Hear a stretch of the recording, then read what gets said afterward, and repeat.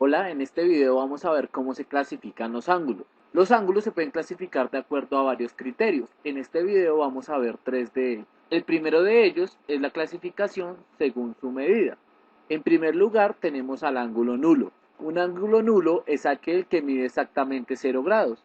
El ángulo no tiene ninguna amplitud, es decir, no se ha abierto, por lo cual tiene una medida exacta de 0 grados. Tenemos al ángulo agudo. Es aquel que mide más de 0 grados pero menos de 90 grados. Podemos ver los diferentes ángulos agudos que hay en este gráfico.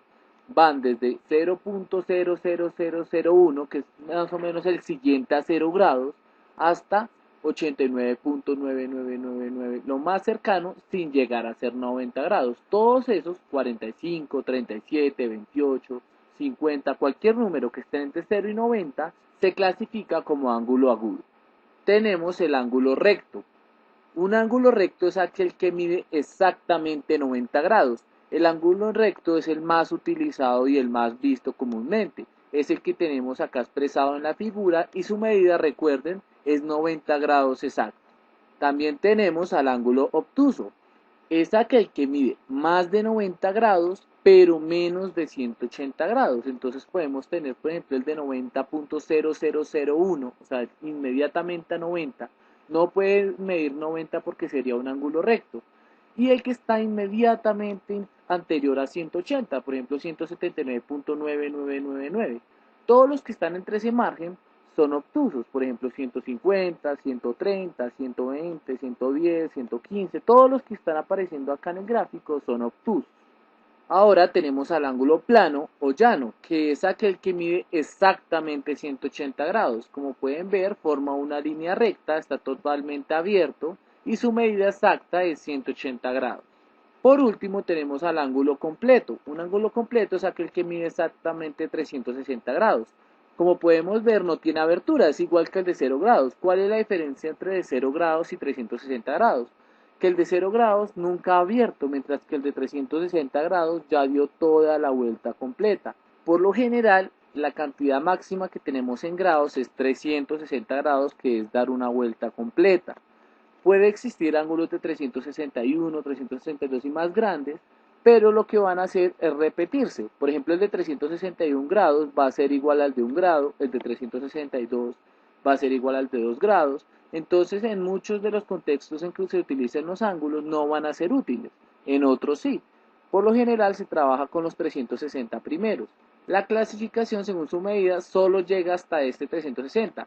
Los que están entre 180 grados, que fue el último que vimos el ángulo plano, hasta 360, de 270, 280, 290, 300, cualquiera que esté ahí, no tiene clasificación de acuerdo a la medida porque no son tan utilizados como los que acabamos de ver.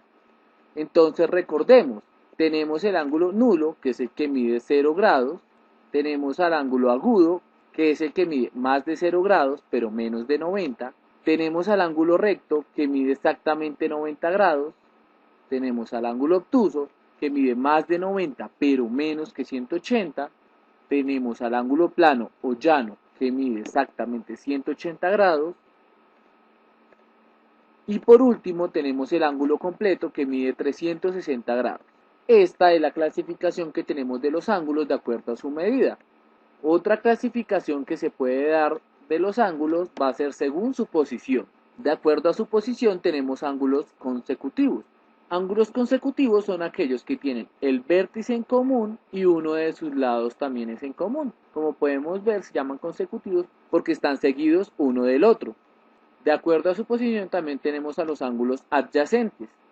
Los ángulos adyacentes son aquellos que también tienen un vértice en común, un lado en común, pero además sus dos lados que sobran me forman una línea recta, como podemos ver acá. Mientras que en los consecutivos no pasaba eso. En los adyacentes va a pasar lo que pasaba en los consecutivos, pero necesitamos además que estos dos lados que sobran me formen línea recta. Por último tenemos los ángulos opuestos por un vértice. Entonces, por ejemplo, siempre que tengamos dos líneas que se cruzan, vamos a tener un punto de intersección y vamos a tener dos pares de ángulos opuestos. Este que hemos denotado acá y este se llaman opuestos al vértice, al igual que estos dos que no tengo denotados por el momento. Esos ángulos que aparecen ahí se llaman opuestos por el vértice Y recuerden que siempre van a tener una característica, su medida es exactamente la misma. Es decir, si este ángulo de acá mide 50 grados, su opuesto por el vértice también mide 50 grados. Si el de arriba mide 130, el de abajo también tiene que medir 130 porque son opuestos por el vértice. Es una característica que cumplen todos los ángulos que están opuestos por un vértice. Nuevamente voy a hacer un recordatorio. Según su posición tenemos ángulos consecutivos, que son los que comparten un vértice y un lado. Tenemos ángulos adyacentes, que son los que comparten un vértice, un lado, y los otros dos lados restantes forman una línea recta. Y por último tenemos los ángulos opuestos por el vértice, que es cuando se intersectan dos rectas, los dos pares de ángulos que se forman opuestos. Estos dos que tengo acá con los dos que están de frente. Recuerden que las medidas de estos ángulos opuestos son iguales. La tercera y última clasificación que tenemos en este video es la clasificación según la suma de sus medidas. El primero que tenemos se llama ángulos complementarios. Ángulos complementarios van a ser dos ángulos cuya suma sea 90 grados, sin importar cuáles sean las medidas de los dos ángulos. Por ejemplo, puede ser 30, 60, 45 y 45, 50 y 40, 89 y 1 grado. Es una parejita de ángulos que al sumarse me dan 90. Esos son ángulos complementarios. Y tenemos ángulos suplementarios. Ángulos suplementarios van a ser ya no que me sumen 90 como los complementarios, sino que me sumen 180. Por ejemplo, estos dos podrían ser dos de 90 o podrían ser uno de 120 y uno de 60, uno de 50 y uno de 130, uno de 170 y uno de 10. ¿Cuál es la idea? Que los dos me sumen 180. Por ejemplo, ¿cuál es el suplementario de 125? Entonces va a ser 55, porque si a 125 le sumo 55 me da 180. Con esto damos por terminado este video. Vimos cómo se clasifican los ángulos de acuerdo a 3 criterios básicos. Espero haya sido de mucha utilidad para ustedes y hasta un próximo tutorial.